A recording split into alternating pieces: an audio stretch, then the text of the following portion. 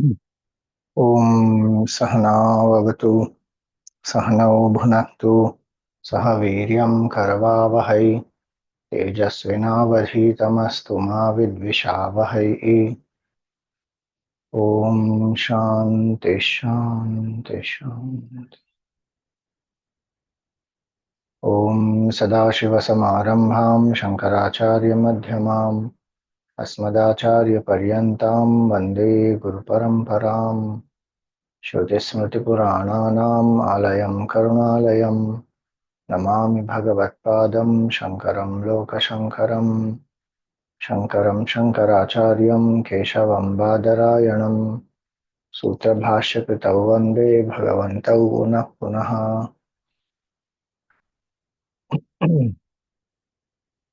वसुदेवसुतं देवं कंसचाणूरमर्दनं देवकी परमानन्दं कृष्णं वन्दे जगद्गुरुम्।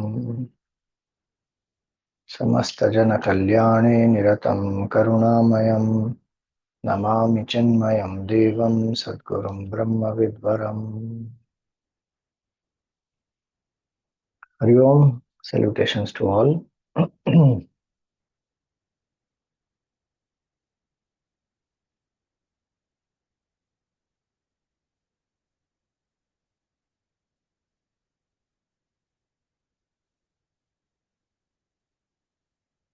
So we are seeing now in this 12th chapter this portion which is from verse 13 to 19, and this portion is called Dharmyamritam or Dharma Amrit, simple. Ye to Dharmyamritamidam yathoktam paryupasate, Bhagavan says in the last verse. So this is called the Amrit of Dharma, this portion now, from verse 13 to 19. And this is these are 8 verses, 13, 14, 15, 16, 17, 18, 19, including that last verse which is saying that this is Dharmyamritam. These 8 verses, Akhandanandji equates these 8 verses also to the Ashtakshara mantra. Om Namo Narayanaya, Ashtakshara mantra, that is. So he says these 8 verses are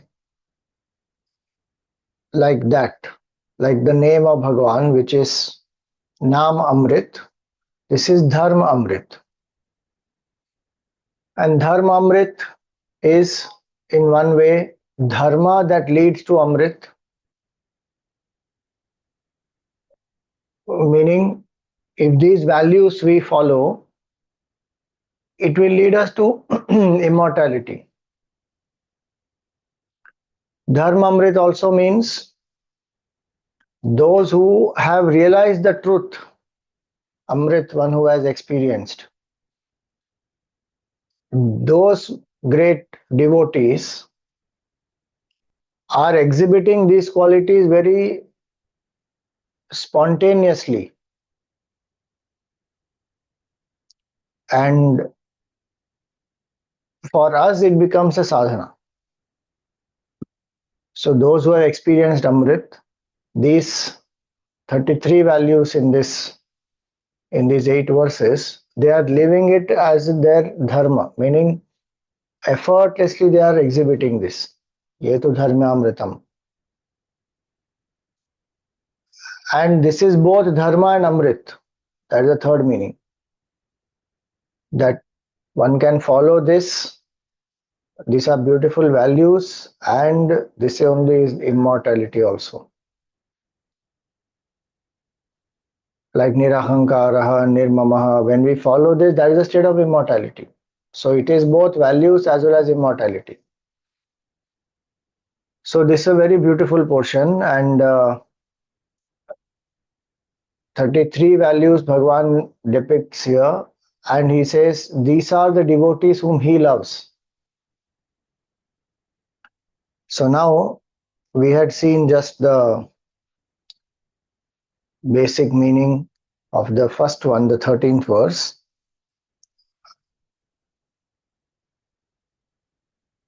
Adveshta sarvabhutanam maitra karuna evacha nirmamo nirahankaraha samadukha sukha kshami. So in that we saw that how the first quality itself, adveshta sarvabhutanam, no dvesha towards any being. No dvesha towards any being meaning what? See the dvesha, why first of all Bhagavan says why adveshta sarvabhutanam, why should dvesh not be there? When we live in the world, raga and dvesh appear natural to us. If we have attachment towards some, we will have aversion towards some. And raga and dvesha apparently seem very unharmful, not harmful. But it depends also on the intensity of this, and more than that, in the beginning, any raga and dvesha is weak only, and then it gets stronger. So, by adveshta sarvabhutanam, it's not only dvesha that is negated, or it is said that don't have dvesha, even attachment. Anyway, in that shloka, nirmama comes, so that is raga, no attachment.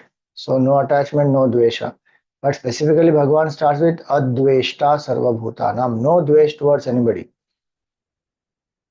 Why? Because from the standpoint of cause and effect, if you see, then the effect is nothing but cause in another form. This entire Srishti is nothing but the divine infinite consciousness or Bhagavan in another form. That is the vision of oneness. Oh Swamiji, everything is appearance of Bhagavan, but then there is evil also in the world. Then there are people who are, doing violence and greed and cheating, looting, manipulating, their cunning, all that also is there. So then what should we do? Then one has to do what the role demands, but without dvesha. That's what Bhagavan tells Arjun, fight the Kauravas, but have no dvesha in the heart. Do it because it's your duty. For a spiritual seeker, why is dvesha not encouraged? Because dvesha will disturb our mind. Dvesha rises out of that sense of duality where we see others as different from us, and then we see the harm that can come to us, or some desire of ours is not fulfilled because of such and such person. Then one will have dvesh. It can be object, person, being, whatever it is. One feels disturbed, agitated. They may falsely provoke, accuse, blame. There could be many reasons why a person feels dvesha towards someone. Irrespective of whatever may be the reason.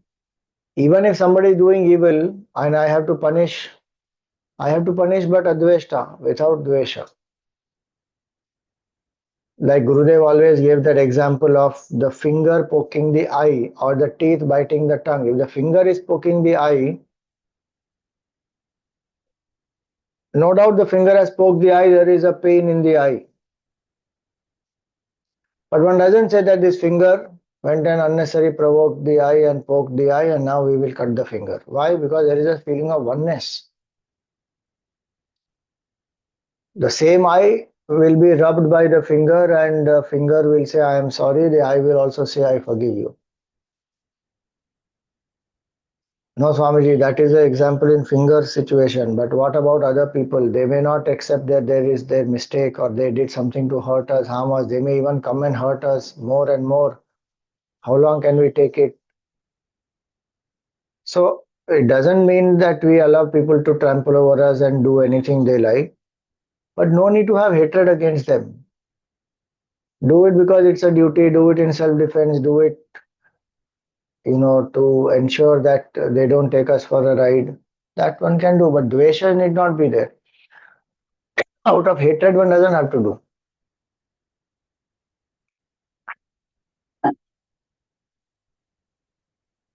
Bhakti and dvesha will not go together unless there is Bhagwan only against whom one has dvesha. That's the only exception. Ravan and Kamsa and all of them, they did Vairi Bhakti. They made Bhagwan only their enemy. And so they are constantly thinking of the enemy. Dvesha is there in the heart. But in this context, they were thinking of Bhagwan. So they got Mukti. Except Bhagwan, if you make Bhagwan as your opponent or, or an object of aversion, any other situation when we think we are building karmic bonds, number one. So we may not like that person. So there is a dvesha in our heart, but encouraging that dvesha, we are increasing the karmic bond. So we will continue to meet again and again. So one is to see the divinity everywhere. Second is to understand law of karma also. More I hate somebody, the more karmic bond I am creating with them, I will have to interact unnecessary. Third, emotion standpoint, bhakti will not arise because the mind will be occupied with the object of dvesha. Same applies to raga also. When I have attachment, my mind is thinking of spending time with that person, being with that person, pleasing that person, recognizing that person, getting that person's love and approval. Where is the time for bhakti in that? And this is one attachment or one aversion. Imagine how many more people and things we are attached to, have aversion towards. In all that raga and dvesha, there is no time for bhakti. That's why Bhagavan says here, Adveshta Sarva Bhutanam. And towards all the beings, he says, if it is my duty, I have to punish an evildoer, I have to punish, but no hatred in the heart. That can come only when Bhagavan becomes my goal. Mat paraha, when it happens, then that can happen. But if that does not happen, if Bhagavan is not my goal, then that person against whom I have dvesha. Sometimes people spend a whole lifetime just wanting to insult other person, taking revenge, or proving to that person that I am better than you, or even destroying that other person. How that's such a waste of human life. That whole life went only in this. If you see in Mahabharata, you will see so clearly. Duryodhan is always up against Bhim, continuously comparing and having dvesha. He's never happy with Bhim. Right from childhood onwards, he has been trying to kill Bhim. Poison, feed him laddus with poison and then throw him in the river and then try to burn them in the Lakshagraha. It continuously goes on. Karna is continuously comparing with Arjun. So this dvesha will be like this. If Bhagwan is not my goal, then I will be up comparing, feeling inferior, then feeling hatred and jealousy towards others who are, in my opinion, are greater than me. Like that, this mind will then, or if somebody has hurt me, harmed me, then instead of forgiving, I go on trying to level the scores with them or make them also, destroy their things also what they have. What a waste of life and time. Adveshta sarva bhutanam. So if a person's purpose is bhakti, I want to realize the truth, then one has to apply the sattvic qualities. Otherwise, sometimes that person's life only becomes full of this opposite person whom one is hating. That person is taking up so much of mind, space, time, resource, energy, everything. So why give so much power to that person? So Bhagavan says, Adveshta Sarva Bhutanam.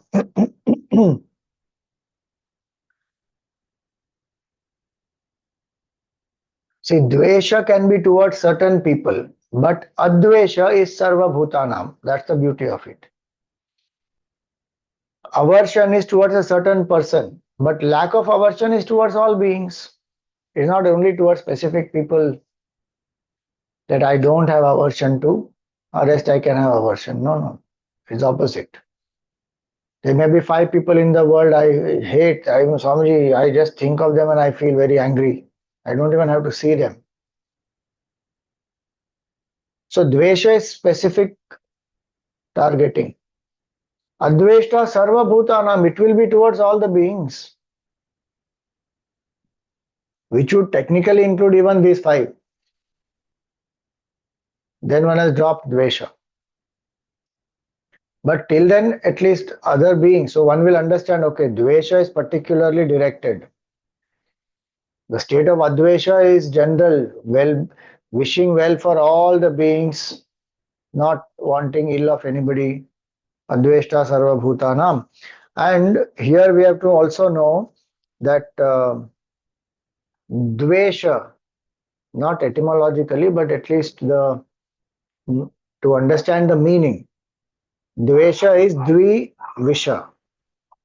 You say dvi and visha, one will say sandhi wise it is dvisha. That's why it's not about sandhi, it is about the meaning of the word dvesha, just for our clarity.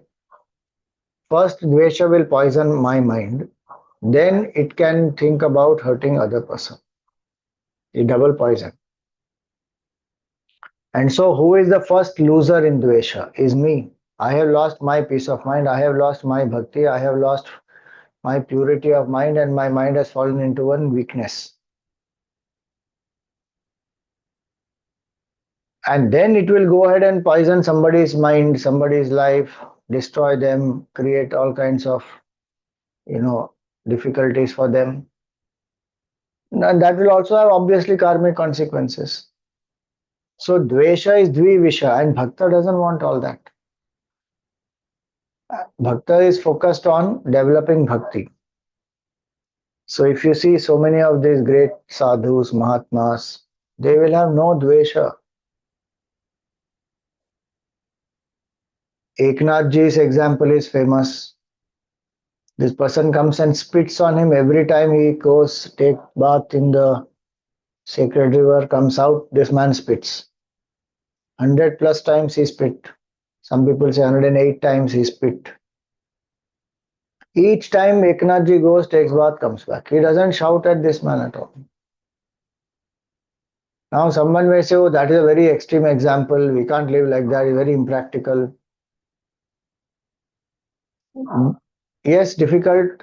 Seems impractical, no doubt. But what did Eknath Ji choose?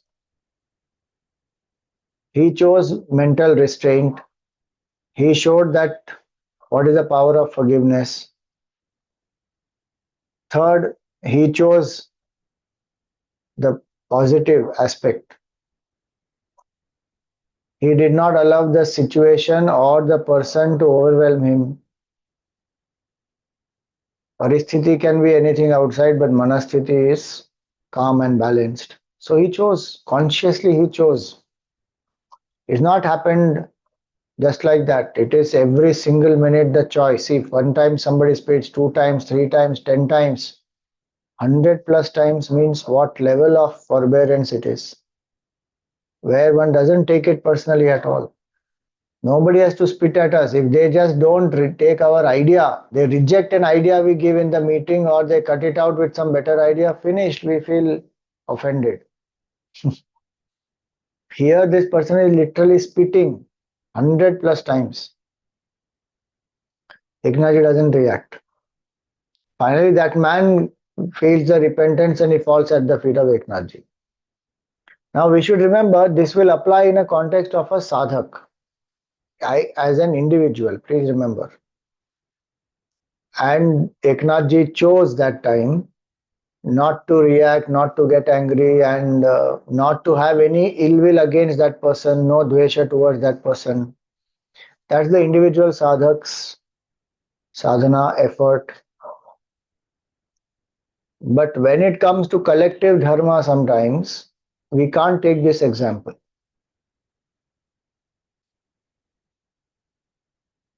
so many invaders came to our country, they attacked, and we let them go. After we defeated them also, we spared them, let them go. Why? Because we don't have dvesh towards anybody, we don't want to kill them. We forgive and we let them go, but they come back and attack. So then we have not learned our lessons. If required there, one has to kill without dvesha, but finish it off.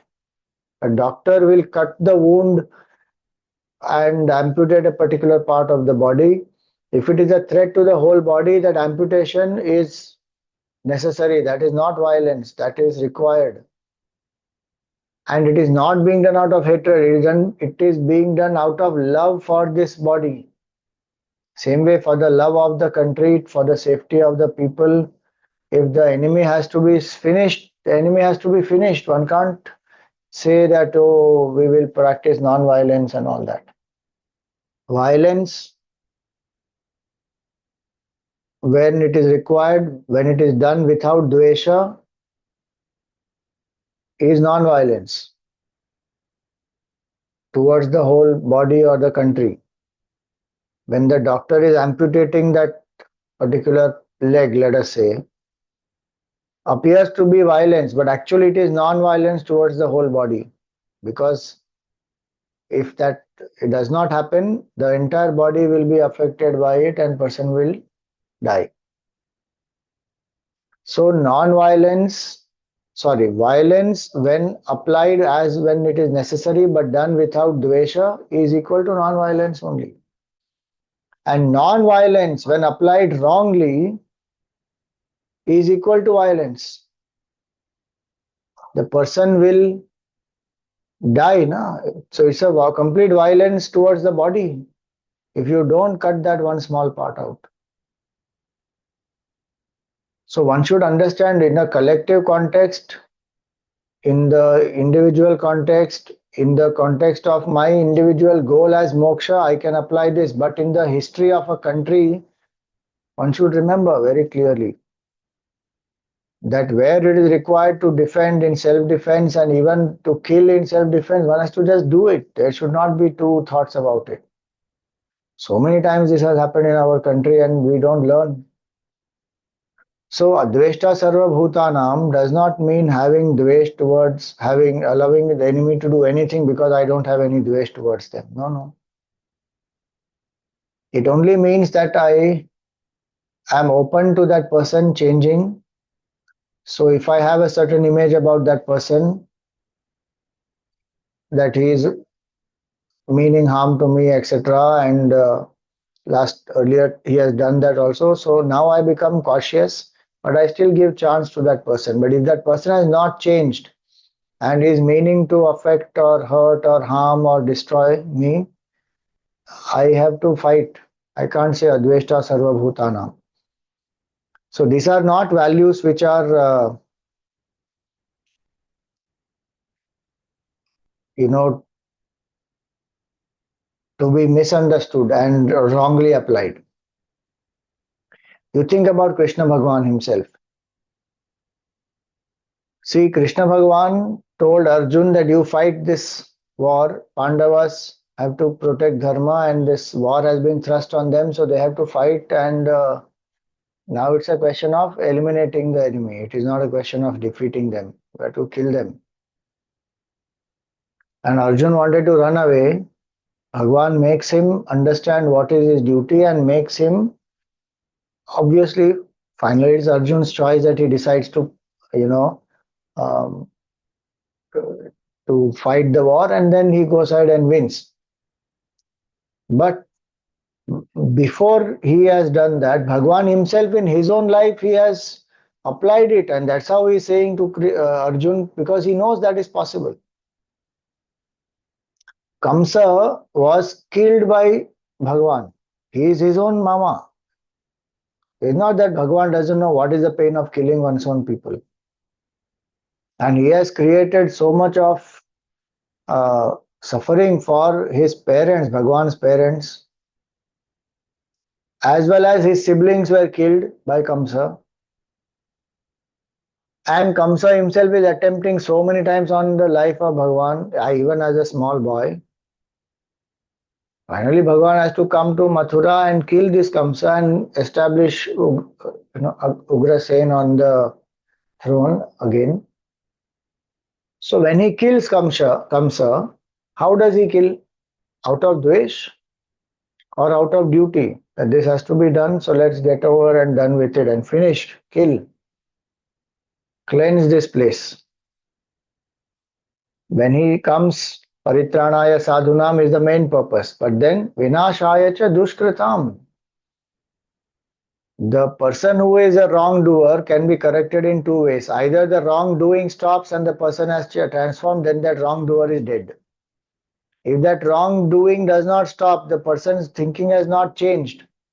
And if that person has to be given some punishment or even destroyed, then that can be done. We should not think Advaita Sarva Bhutanam means no, I can't do violent at all. Then people will come and cut us like carrots and radish and finish off. That's what is happening, you see, in our neighboring country. So sad. Now, there one can't say, oh, non-violence, non-violence. One has to defend. So this we have to take in clarity. In this certain clarity one must have. Adveshta Sarva Bhutanam is a Vedantic principle, no doubt, and Bhakti, it will help us to encourage when we see Bhagwan alone is all this. That's our Sattvic Bhavana. But Vyavaharik Kartavya, whatever it is, according to that, we have to also act, keeping both these in mind, take the right decision. So, Adveshta Sarva Bhutanam. Then, suppose I can't have this feeling of no dvesha towards any being, and there are people who are hurting me and harming me, then what should I do? I have some dvesha towards them. Bhagavan says here, Maitri and Karuna, two things. He said, you may not go out and love them. You may not make them their best friends. Have some Karuna towards them. Because they are hurting you, because they are themselves suffering. They are themselves in a state which is making them feel lesser or they are disturbed. If a person is secure, centered, happy within, why will that person go and hurt anybody else? One who is unhappy from within, dissatisfied, discontent, insecure, wants to destroy others and finds joy in that, that person himself is suffering. So, 2 points Bhagavan says, Karuna and Maitri. Where one can extend a friendly hand and speak and try to solve the matter, then do that. If not, have some Karuna that they themselves are suffering. If we need to keep away, keep a distance, not a problem. Protect yourself, but no dvesh. Those who are good to us, be friendly to them. Those who are not good to us, keep a distance, or if it is my duty to punish, destroy, do that without dvesh. And have karuna that they themselves are suffering. Why should one feel dvesha towards them and one take up suffering on oneself? Not required. If you see so many examples, no dvesha towards anybody. One of the examples is of forgiveness that is given, and no hatred is also of Jesus. On the cross, he is excruciating pain. Both the hands are nailed, feet are nailed. One is hanging on the cross. The whole weight of the body is being supported by these 2 nails in the hands and one in the feet. Such an excruciating way to suffer. And at that point, he says, "Forgive them, they know not what they do." He doesn't have any hatred towards them. And just for proclaiming the truth that our Father in heaven and I are one, which means Aham Brahmasmi, crucified him. But he doesn't have hatred against anybody. Like that, so many examples of Mahatmas. Tukaram ji and there was this one Mambaji. There was one other person. He used to stay just behind the house of Tukaramji, and there is a garden nearby, and there's a temple. And Tukaramji started going there and doing some kirtans. And this Mambaji was somebody to whom people used to come, and he would predict something for them, and then in return he would take from them some rice and dal, and for livelihood some money and all that. And there used to be a lot of people used to go to him. Then Tukaramji came to stay there, and then he started doing some kirtan in the temple, and lot of people started assembling there, and this Mambaji's business got affected. So what does he do? He says, "Oh, all these people are going to the temple." He puts the thorns, shrubs which have thorns. He cuts them and he puts them on the temple path. Tukaramji sees. He says, "Oh, somebody has put all this on the road." So he puts them aside, takes them, keeps them aside. He goes into the temple, starts his kirtan. He is actually doing kirtan because he loves Bhagwan and he wants to sing Bhagwan's glory. This Mambaji, he feels jealous because so many people from him are going there now. So he comes and he sees that all these thorns have been put aside. He gets very angry and upset. So he thought that because of those thorns, people will not come to the temple and they will go to him. Tukaramji has put aside all this. He gets so angry. He takes those very thorns, some of the shrubs which were there and those thorns which are there. He comes and he starts beating Tukaramji. And he is getting beaten up, but he is not stopping the singing. And nor is the public stopping this Mambaji from hitting Tukaramji. So at that point in time, Tukaramji's wife comes to know that there is some commotion there, and she sees, "Oh, my husband is being beaten." So she comes charging there, very angry. Looking at her, this Mambaji runs away, goes into some hiding. Tukaramji is taken home, and the thorns have been, so they have scratched his back and his hands and all that, and he's bleeding. So the wife goes and does all the dressing, etc. And once all that is done, she goes out in search of this fellow. Where is he and how dare he behave like this with my husband? So she has gone out in search. This fellow is hiding somewhere. Then Tukaramji finds out that he is here, hiding somewhere here. So he goes to that place, some small hut or something he was hiding there. So he goes to that place and he starts pressing the leg of that Mambaji and pressing his hands and legs. So that Mambaji can't understand what has happened. Tukaramji says, "You must have been tired because you hit me so much. Your hands and leg must be tired. So I am just pressing your hands and your legs. Hope you find some relief." See again, Eknathji's example is Tukaramji's example. They are of super sattvic people. If you and I are not able to do right like that, at least one can just be friendly towards all. Maitri. So the word Maitri or Mitra comes from One of the names of Surya is Mitra. Om Mitraya Namaha. When we start Surya Namaskar, Om Mitraya Namaha, Om Ravaya Namaha, Suryaya Namaha, Bhaskaraya Namaha. Like that it will go. Bhanave Namaha, sorry. That one sequence, the names, 12 names of Surya and Surya Namaskar. So, Mitra, like the sun doesn't discriminate. In that way, Mitrata is where one is a friend. And here the word Mitra means what?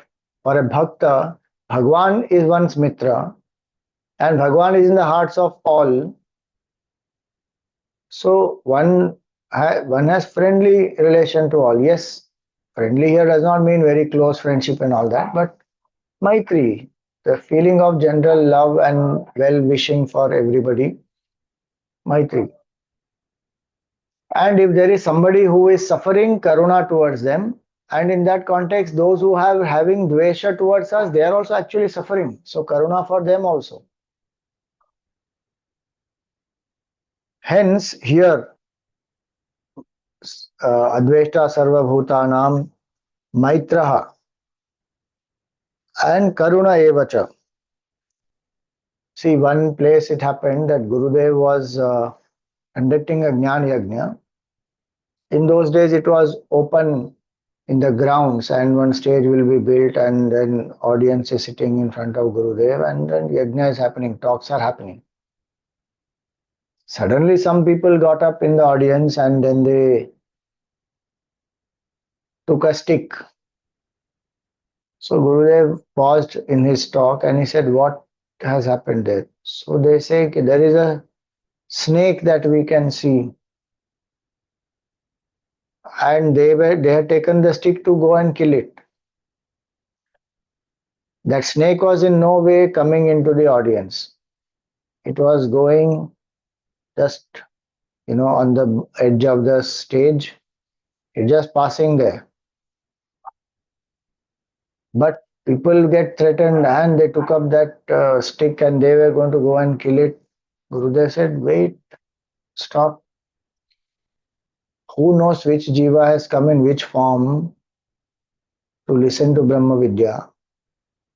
Leave it alone. It is not disturbing you, you just leave it alone." Sarva Bhutanam Maitri means that. See, an animal gets provoked even when you don't want to provoke it. It may feel threatened. It may feel some kind of danger from us or any other being.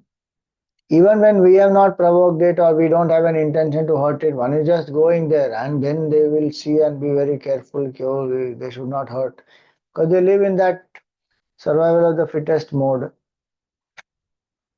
And especially some of the animals which are very aggressive by nature anyway, little thing they will get provoked.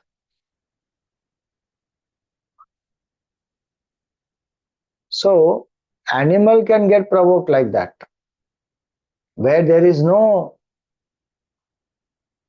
you know, cause to feel provoked. The person is just walking. But why a human being should feel like that? But we feel simply provoked, create reactions and all that. That snake is quietly going there. No, what if it comes on this side and it can create chaos? At that time you be ready, but don't have a stick and all and go be ready to kill that snake when it's not even threatening. Then what is the difference between animal and us? If we want to be prepared well in advance to ensure there is no, such untoward incident happening and snake suddenly gets into the audience and if somebody gets bit, etc., then take precaution. But there is no need of getting provoked and angry and taking that stick and ready to kill and all that. Not required. Maitra Karuna Evacha. So Maitri is a feeling of friendliness towards all. Even, in Siddhbari, if you see, there is one redwood tree. So Gurudev had got it from Australia somewhere and it was planted in Siddhbari and the tree would not grow. So the gardener told Gurudev that Swamiji, this tree you have brought, I think it has got, you know, from its natural environment, it has been uprooted and it has now been brought here. So it is not growing properly. Gurudev said, you don't worry. Every day he used to go after his talk, morning talk is over, he will go and spend some time with the tree. He will rub his hands on the tree, he will hug the tree, he will speak lovingly to the tree. Very soon the tree started growing very well. So I'm just saying some few examples like that. There are so many examples of Mahatmas who have not only no dvesha but who are friendly to all the jivas. In Yoga Shastra it will be said if Kundalini comes here, Vishuddhi Chakra, then what will happen? You can understand the language of all the beings in the world.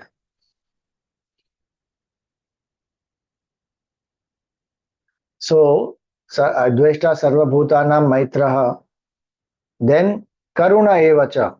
One is kind and compassionate towards those who are suffering, so definitely, and one does whatever best one can. So there is Karuna is of two types. One is passive Karuna, one is active Karuna.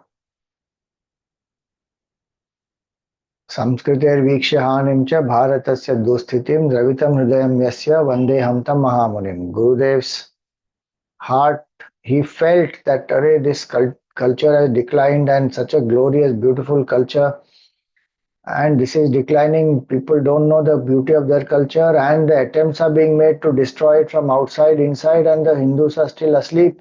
So he felt that no, I must awaken. But that Karuna was not a passive Karuna. So this is निष्क्रिया करुणा क्वापि सफला न भविष्यति इति मत्वा सर्वदैव कर्मणि वर्तते यतिः. This is a part of this Kritagnyata Stotram that Guruji wrote. There he says, Nishkriya Karuna. What is the use of that compassion which is not fructifying into action to do something to remove that cause of suffering? That is passive compassion. Oh, then it is equal to pity almost. So sad, But what can be done? ऐसा होता है. Life is like that. It's okay. This is called samsara. Some excuse one gives and is not doing anything, even if there is something that can be done in your capacity, one is not doing. Suppose somebody is suffering, one is seeing them, and one is still ignoring. Sometimes it is in one's own house.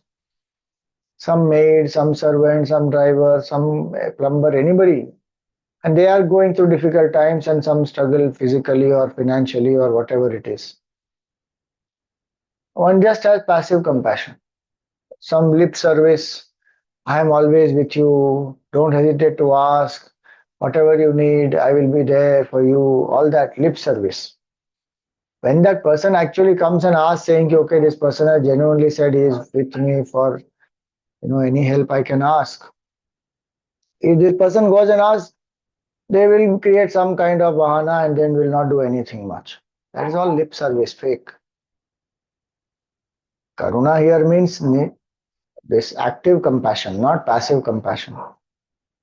Actively one says, okay, obviously it is not possible to remove the sorrow and suffering of every being in this world. We have limited resources, time, energy, but one has to choose one's area of service. Whom can I reach out to with whatever my capabilities are and try to reduce the sorrow in this world. Bhakta will do that only. And sorrows are not only at the physical level. Gurudev's Karuna, he saw at a level which is not easily visible also, that the people are suffering because they don't know who they are truly. Lack of Atma Gyan is the root cause of sorrow. I don't know who am I. That ignorance is the root cause of sorrow. See, physical suffering is visible very clearly. Emotional suffering also today is visible, and there are signs to identify depression, anxiety, stress, worry, tension, all this, and then consult some psychiatrist, psychologist, and figure out some treatment. So physical challenge, mental challenge, even intellectual confusion, one can figure out, do some aptitude tests and find if it's about career and what should I choose. Then do some aptitude test, consult a counselor, education counselor and all that, and consult the near and dear ones, figure out there are possibilities. These confusions are visible. Financial challenge somebody has, then you help them with some money or help them to get a job and then they earn the money. All this is easy to identify compared to spiritual suffering. In spiritual suffering, one doesn't even know that one is suffering, and the root cause of that suffering is I don't know who am I. That one doesn't know only. Gurudev felt the need कि oh, this knowledge has to be given to people because they don't know who they are, and that's why they are suffering. As individuals, also as a community, also as a country, also. If we don't know who we are, what are our roots, from where we come, who are we, what are our native traditions, values, then we are lost, easily swayed by anything that is not even time tested. Some things which are good in every culture we can always adapt and even assimilate. But when we don't know who we are, then everything else external appears more glamorous. So Gurudev felt that, and his heart was moved. Dravitam hridayam yasya. But did it remain just as a passive compassion? No, no. Nishkriya karuna kvapi safalana bhavishyati. That passive compassion will never be successful. Iti matva sarvadaiva karmani vartate yati. Having known this, he transformed that into active compassion and is engaged in action to ensure that the sorrow of people is removed. At the spiritual level, and of course then at the physical level, he set up Chinmay Organization for Rural Development. Not as an organization, he set up the village service, which later on got crystallized by Guruji as CORD. But he set up the village service and hospitals and dispensaries and education. He saw how the people, the Hindus, there's such a tragedy. We can't create Hindu schools. The law doesn't allow us to create Hindu schools. Convents can be created, madrasas can be created because they are minority status, and then government minority affairs, help, etc. they can take. Hindus don't have. So he felt, no, no. So we have to start. So then we started the schools. Still, it is not called Hindu school. It has to be so-called secular, which only we have the responsibility of secular. Others don't have. So now that feeling, when he saw that this is cultural decline, what all he did to bring up that culture in different ways. Karmani vartate yatihi. So that is called active compassion. So wherever one sees some sorrow, one should identify. If I can influence through my knowledge, I can, through my power, through my position, through my wealth, through anything, remove the sorrow and suffering and choose wisely according to one's time, priority, goals, etc. But karuna, bhakta has karuna. If you see first three qualities, adveshta, sarva bhutanam, maitra, karuna evacha. These are all qualities of the heart. And all the three speak about being loving, caring, unselfish. And bhakti is not about just simply sitting and worshipping one deity in one place. That one should do. Then one will be able to see the same Bhagwan in the hearts of all. But people think that if I serve the society, I don't need to do bhakti. And that famous thing which is written, that temple you don't need to go, you don't need to light a lamp, you don't need to worship the divine if you are serving the society. Why that has to happen like that? You can do both and you should do both. Why have dvesha towards the rituals? Even service becomes a ritual only, na, finally. So the point is, these three are such beautiful pointers of bhakti. Adveshta sarva bhutanam, Maitraha Karuna Evacha. It is said about Ramana Maharshi that Ramana Maharshi, when he once he went to take one cloth, and when he took that towel from the rack, he didn't realize that there were some small sparrow eggs which were there, and some of them just cracked. And he was so touched. He said, "Oh, look, what have I done? This, the small egg has cracked. Just little cracks have appeared on it." But he was moved. He said, "No, no, no. The chicks should not get disturbed inside it. And the mother also who has laid these eggs should not get disturbed." So he took those small eggs, put some nice warm cloth around it, area where this cracks have appeared. And in a few days' time, slowly the chicks will, hatch out of that egg. And he feels so happy, chalo. The mother also will be happy and the life also is saved. So if you see so many Mahatmas, they will be like this. They have universal love and compassion for all the beings. These monkeys create so much of disturbance in Ramana Ashram, but Bhagwan Ramana Maharshi would not get disturbed because for him they are also one jiva. And they have come and they are also exhausting their karma and they are also one part of evolution only. So Maitra Karuna Evacha. He used to feed, peacock, squirrel, cow, so many beings. Adveshta Sarva Bhutanam Maitraha. In fact, one of our Panchamaha Yajnas is Bhuta Yajna, where one takes care of actually one is not taking care, one is replenishing back the resources that one has consumed for one's own existence. So how will one do that? Plant some trees, ensure that the living beings are taken care of. Some cow, goat, any of the pets, chicken, hen, whatever. And we also leave one morsel of food for the crow, for the cow, for the dog, and some for these ants and smaller creatures. So it is ingrained in our thinking to take care of all the beings with the sense of oneness, not with a sense of ego, not with a sense that I am the supreme, this thing in creation, man, human being, and I take care of all these so many people, beings. It's seeing oneness. All of us are one. That's why Adveshta Sarva Bhutanam Maitraha, have friendliness to all. Then those who are suffering, have karuna towards them. Maitra Karuna Evacha. Nirmamo Nirahankaraha. No mamata, meaning no attachment. So as I said, Adveshta is no dvesha, aversion, and Nirmama is no attachment.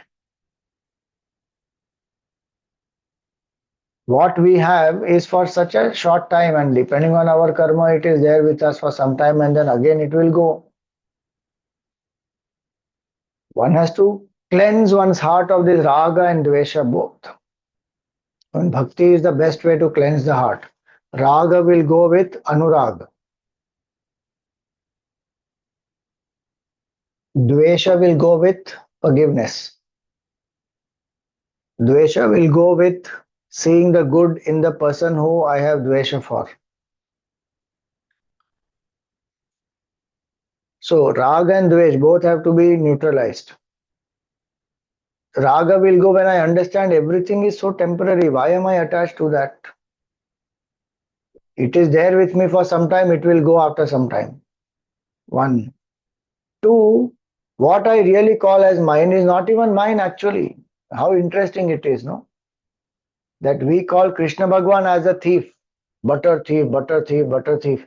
Are he took only what belonged to him because all the gopis are making the butter for him. Full time they are remembering him only and they are secretly wishing today Krishna comes to my house.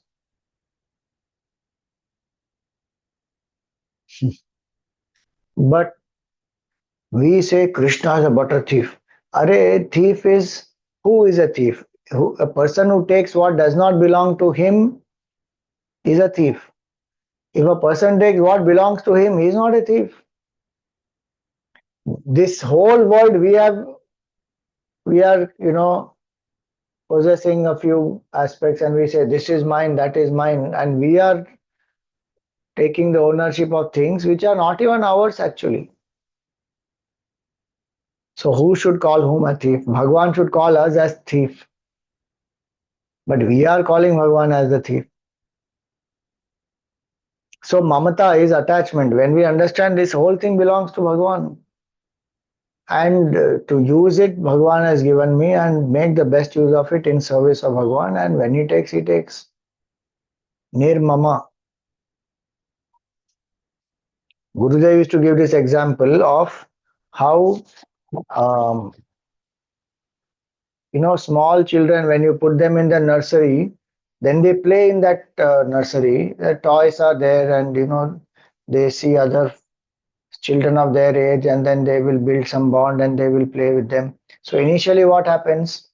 They are happy because new toys they got, new friends. Some of them are making, and after a few hours, the mother comes to take the child away. Now the child is crying miserably. Why? Because they have to leave all the toys there and go.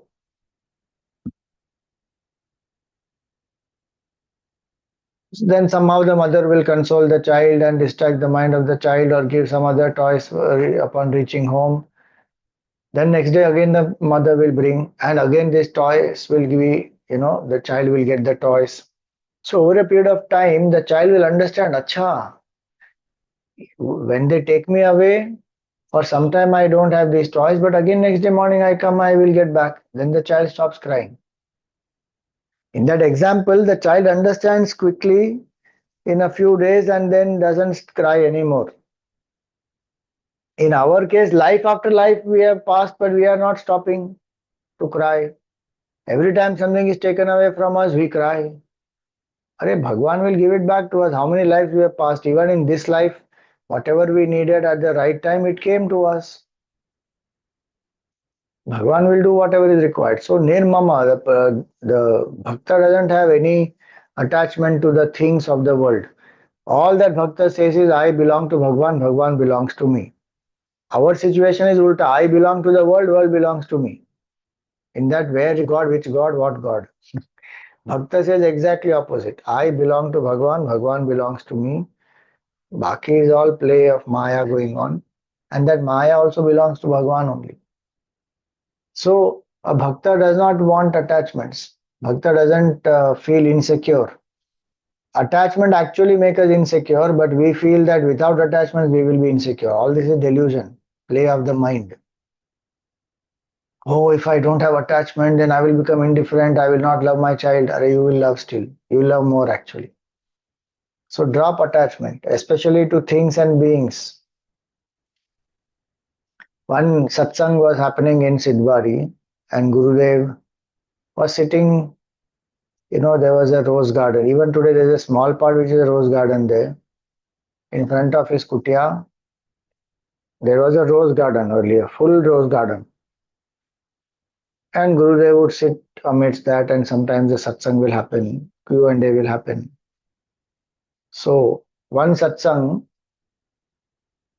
as it was going on, there was one lady, it's an informal Q&A, right? So, one lady from the nearby villages, she came and she gave a very costly pashmina shawl to Gurudev.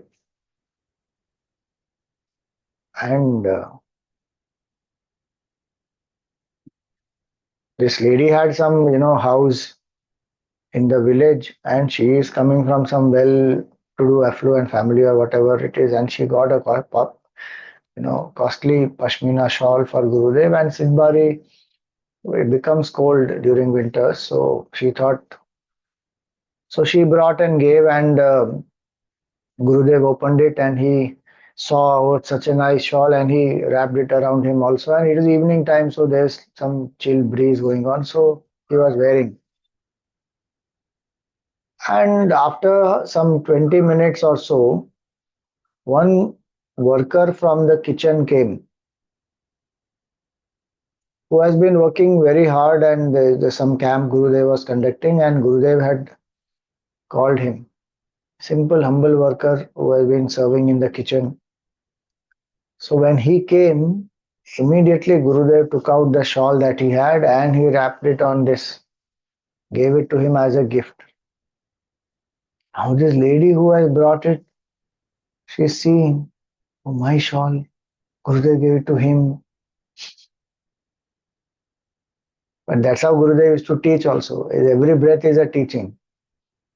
So he taught this lady, ki, once you have given it, it is not yours anymore. But the mind still thinks, Mera, are you gave it already. Now whatever Gurudev does is his prerogative. Same feeling some people used to have. Somebody will give some gold watch or some cufflinks and all that, and then Gurudev will wear it. And if he finds that somebody is requiring it or to encourage somebody as a prasad, he will remove it and give.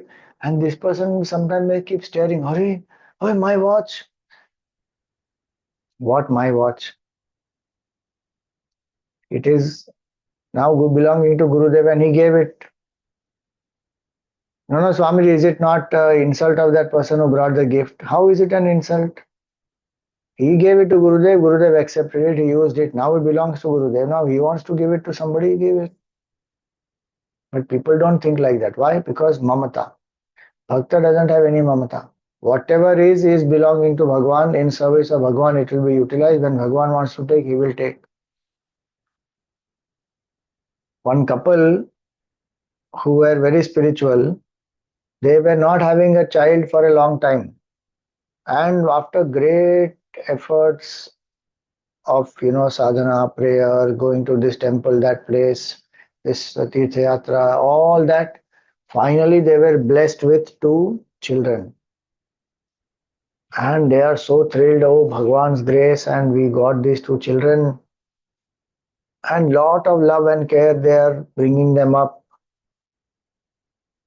One evening, when the husband returns, the wife stops him just outside the house and says, can you answer a question for me? So he says, yes.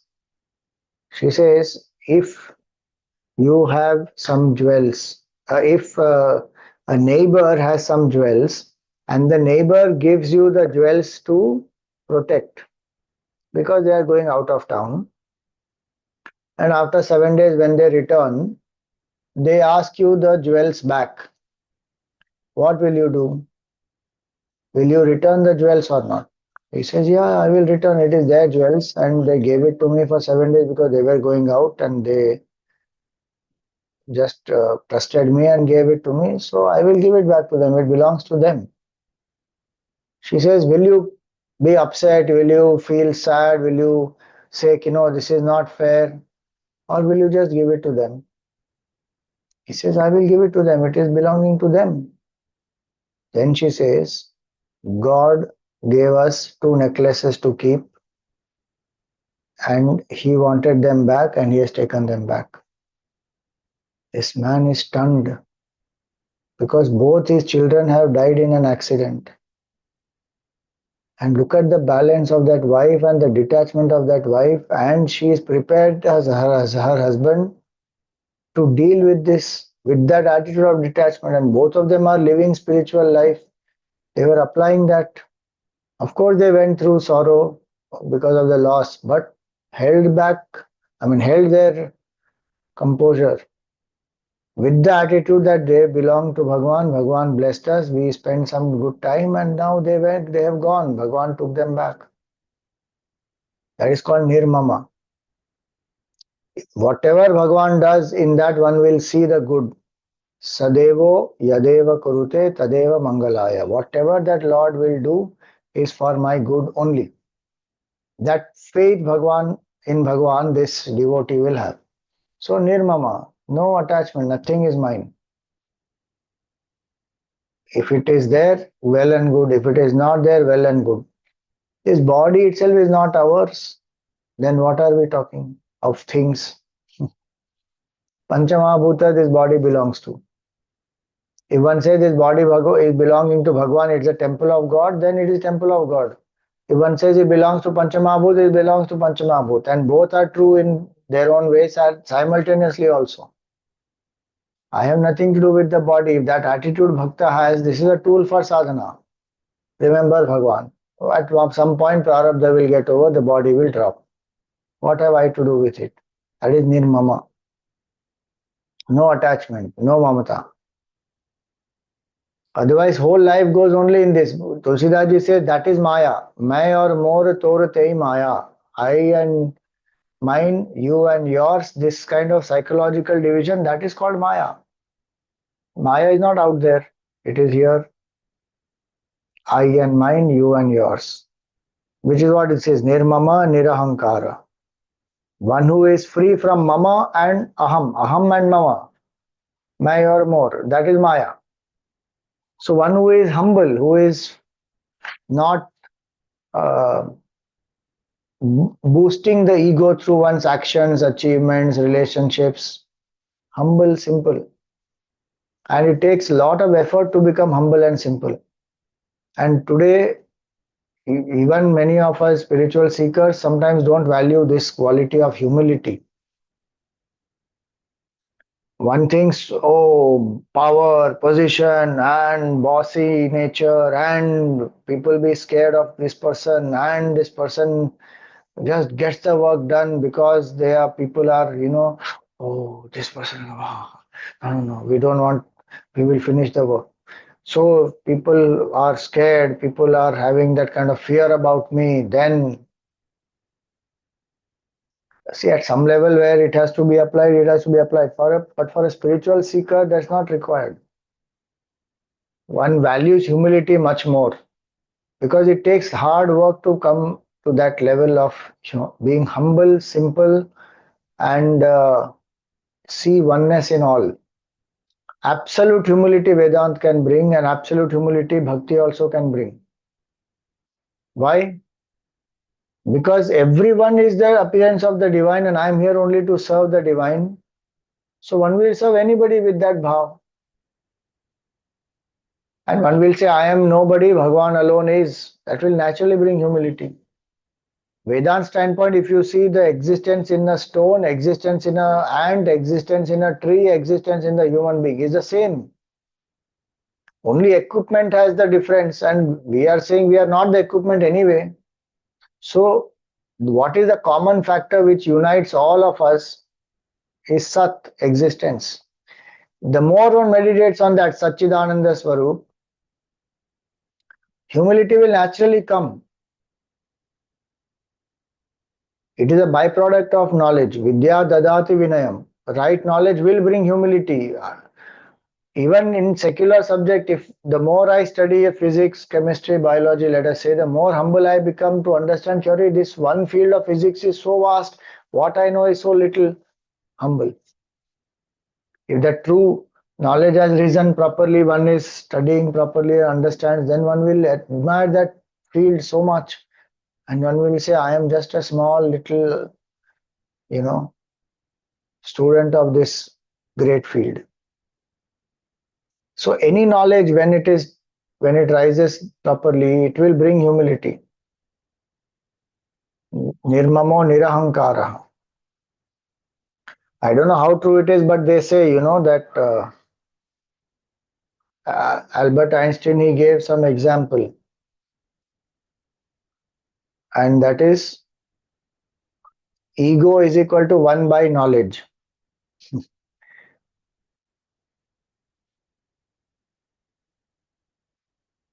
So the more,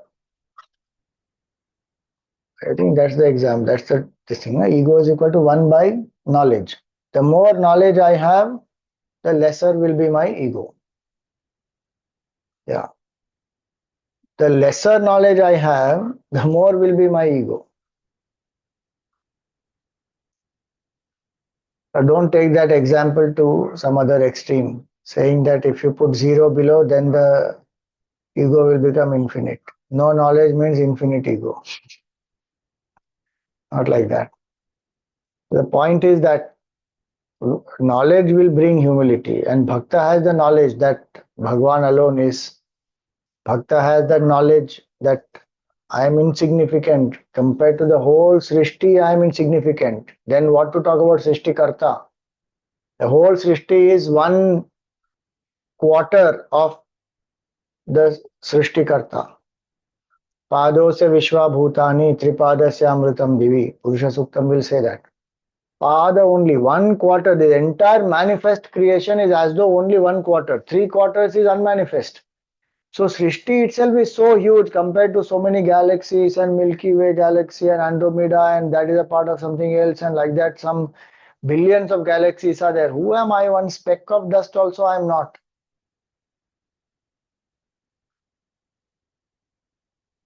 Then what to compare with Srishti Karta?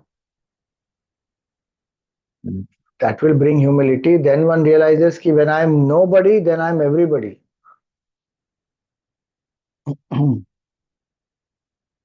I'll end with this anecdote. You know, Gurudev, he was once reading a newspaper early, in the morning. He had finished breakfast. He was reading newspaper, and this was in Bengaluru. So that time there was one, you know, famous person called Bahuguna. So this Bahuguna, he came to meet Gurudev, and Gurudev was reading newspaper, so he didn't see. Now this gentleman, he came and he bowed down and he said, Swamiji, I am Bahuguna. Immediately Gurudev put aside his newspaper and he said, I am Sarvaguna. Just as a wit and as a humor, he says, you are Bahuguna, I am Sarvaguna. Bahuguna means who has many gunas. Sarvaguna means who has all gunas. The point is, one who drops the ego completely will realize only oneness. Then that will be Nirahankara, Nirmamo, Nirahankara. Sama Dukkha Sukha and Kshami. We will take up in our next class. But today we will stop here.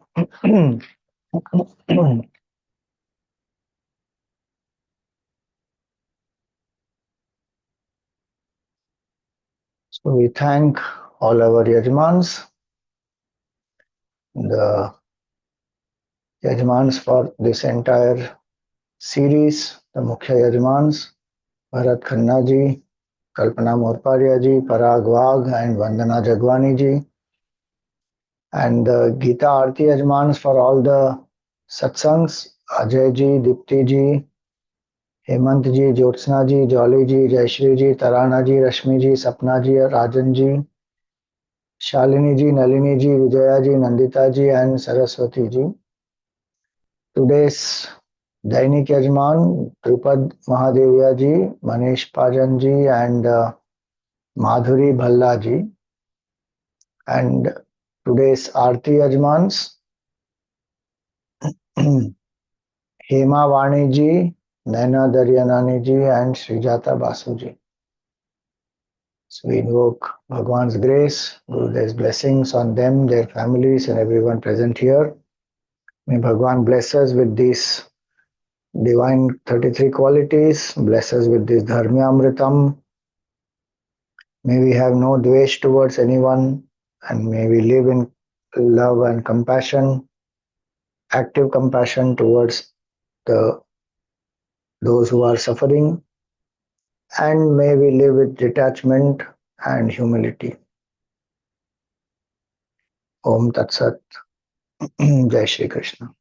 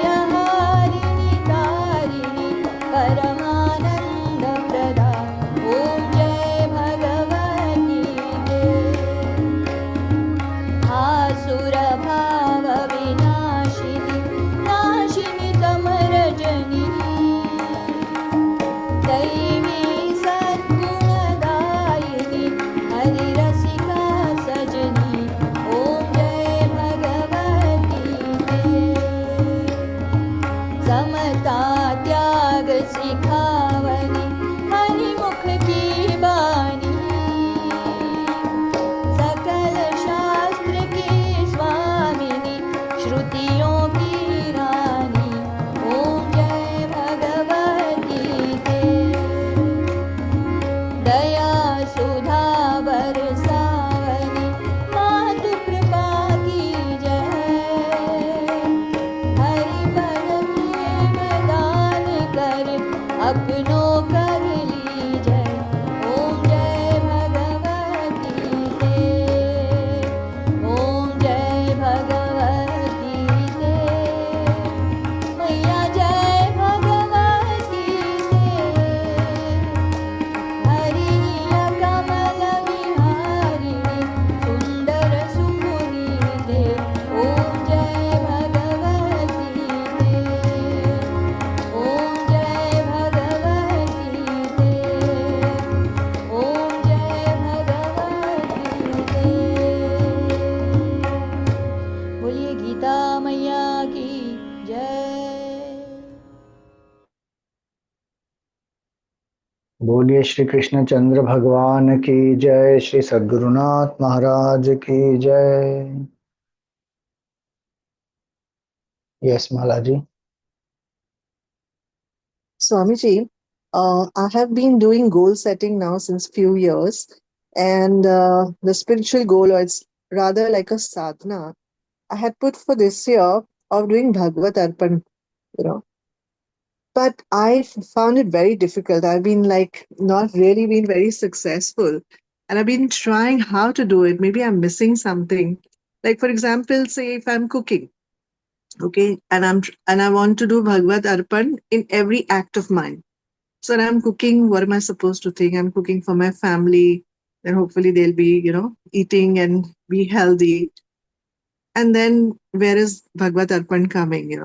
Another example, um, like if in office, if I'm writing an email, now how can I, do this act for as a Bhagavad Arpan?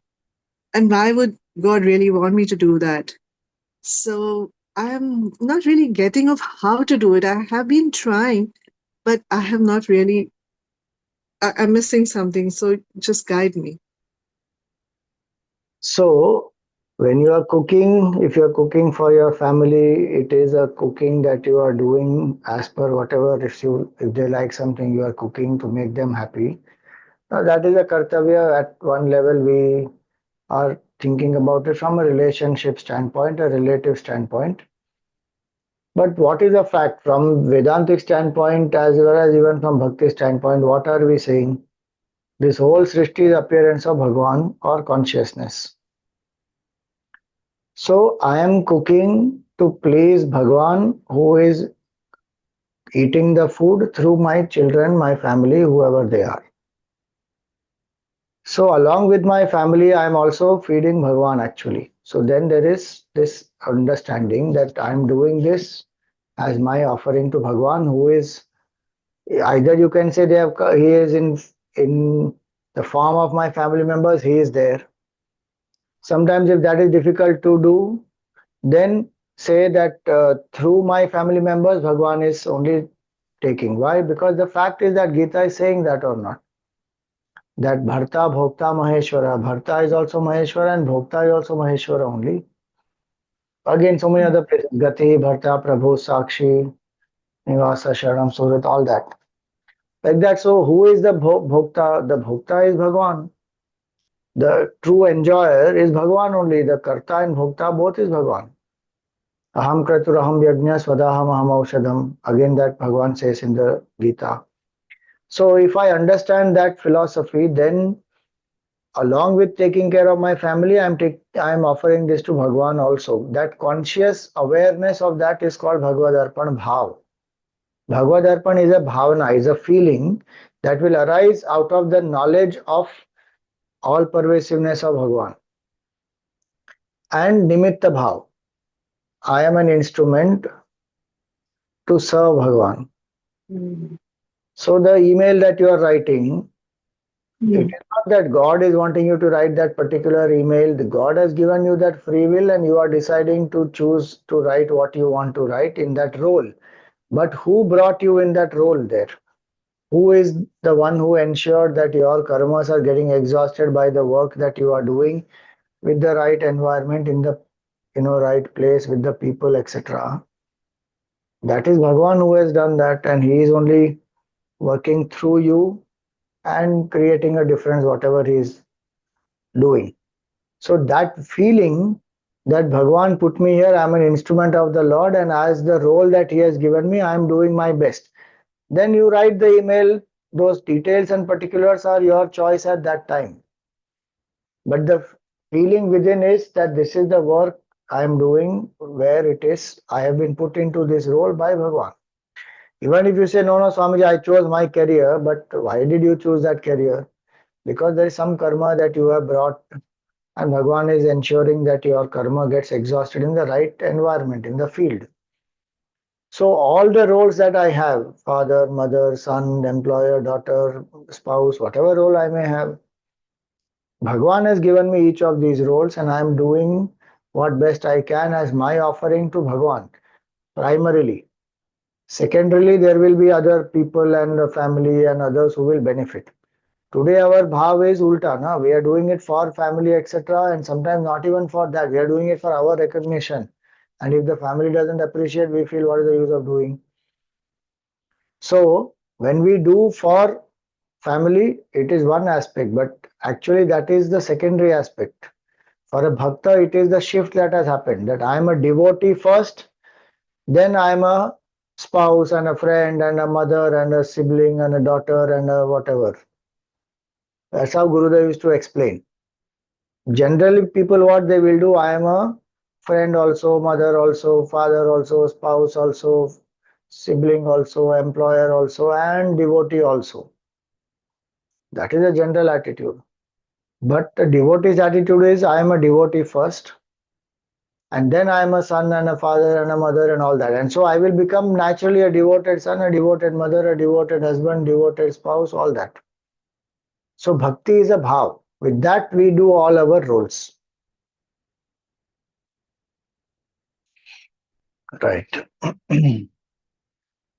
Om Purnamada Purnamidam Purnat Purnamudachyate Purnasya Purnamadaya Purnameva Vashishyate Om Shanti Shanti Shanti. Harihi Om Shri Gurubhyo Namaha. Harihi Om.